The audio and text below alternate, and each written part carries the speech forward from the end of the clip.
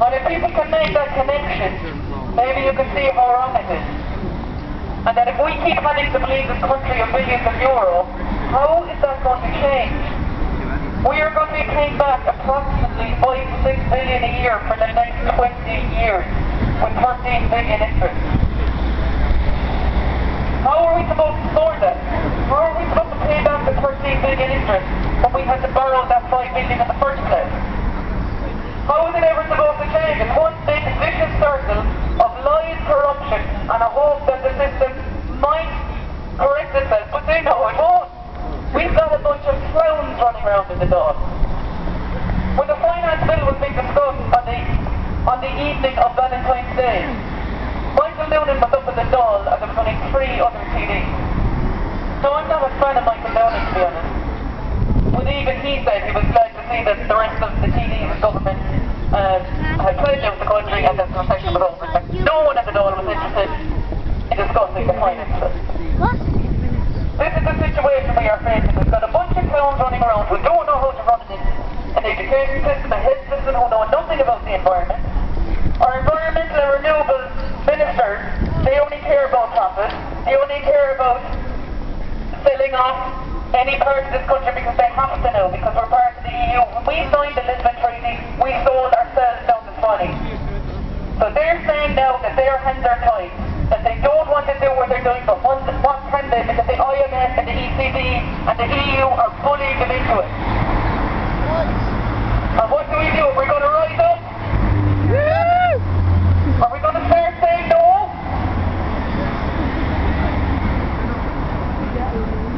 Are we going to come out and get on the street every single week and say we are sick of the ridiculous crap coming out of the politicians' mouths? Are we going to say we want a future for our children? We want a future for their children?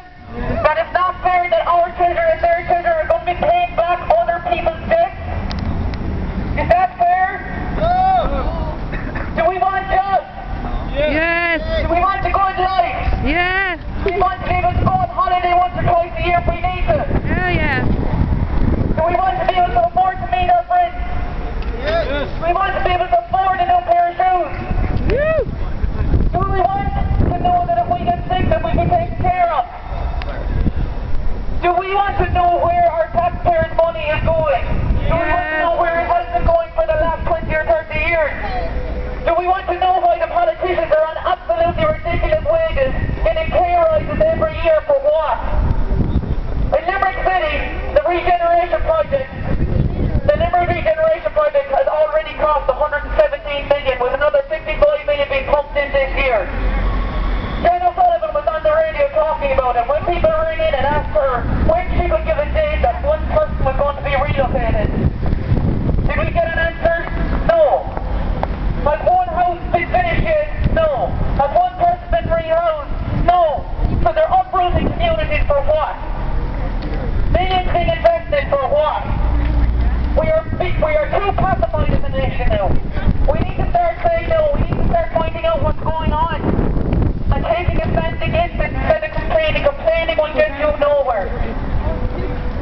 And at the end of the day, at least if you stand up yourself, one person, 2 people, 3 people, 15 people, you would say you didn't bury your hand in the sand, that you gave it a good shot, that you gave it a shot for your parents, that you gave it a shot for your children, that you gave it a shot for their children, that you stood up, that you said no, that you didn't bury your hand in the sand because you knew it was wrong.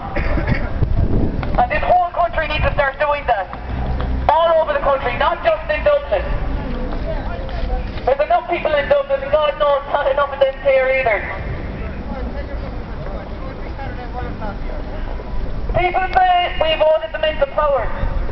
We voted them into power like we do every single time because we're promised a bunch of lies.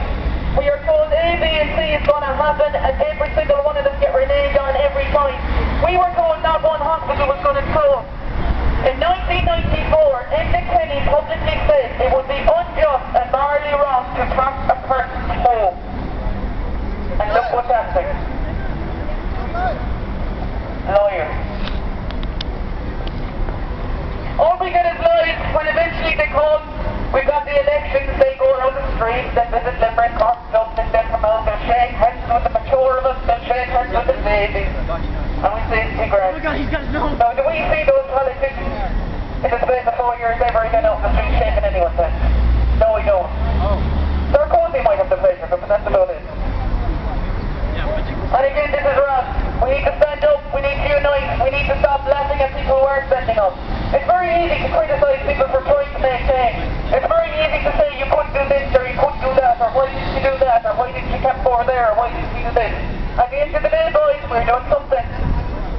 And if people have any suggestions, or people have ideas, or people need anything brought to the attention, or people need help and support, they can come up and they can talk to us, and they can put it to us, face to face.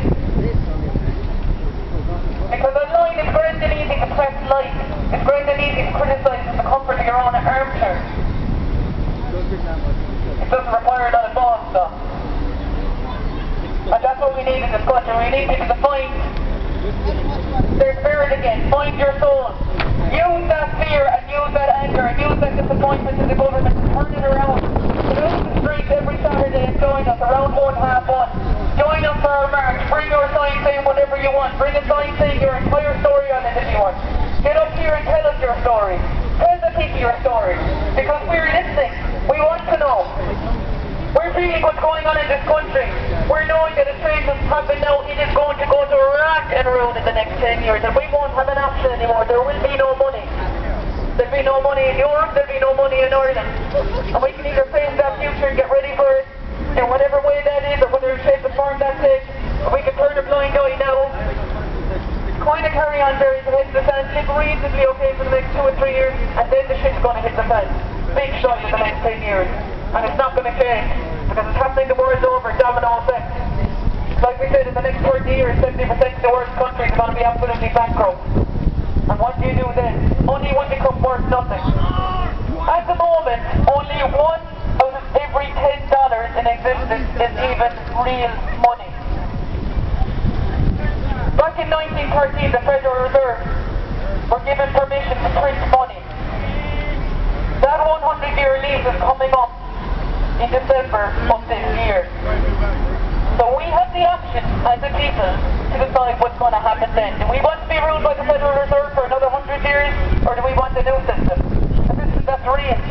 If you've got a Federal Reserve printing out money to countries with interest constantly, every single country in this world can never be out in debt. It doesn't make any sense. At the same time, back in those days, your dollar, or whatever currency you had, was legitimately worth a certain percentage of gold or silver if you brought it into a bank. Back in 1963, they did away with all that. But technically now, your money is worth nothing, but the paper is written on. So if you go into a bank, you cannot physically exchange your money for anything. You've got virtual debts building up, with people buying those virtual debts, passing them on to other debts, with interest going on along the way. And it's one big joke. Again, like we said, except real people are getting hurt. Real families are getting hurt. Entire countries are getting hurt. The Greeks have been out protesting, lighting things on fire, and saying no for the last couple of weeks, and they have to keep going. We're doing nothing.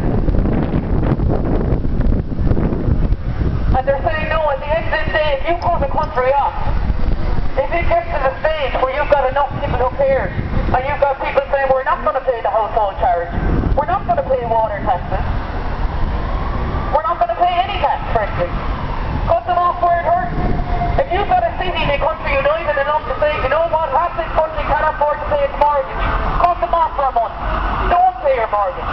The entire country don't pay their mortgage for a month or two, or don't pay their loan. And see if the government listens then. See if that'll wake them up this moment, because the thing is, we have the power. And I know it's a widely used catchphrase with the 99% and the 1% and the 99% people saying no to the 1%, but the fact is it's true.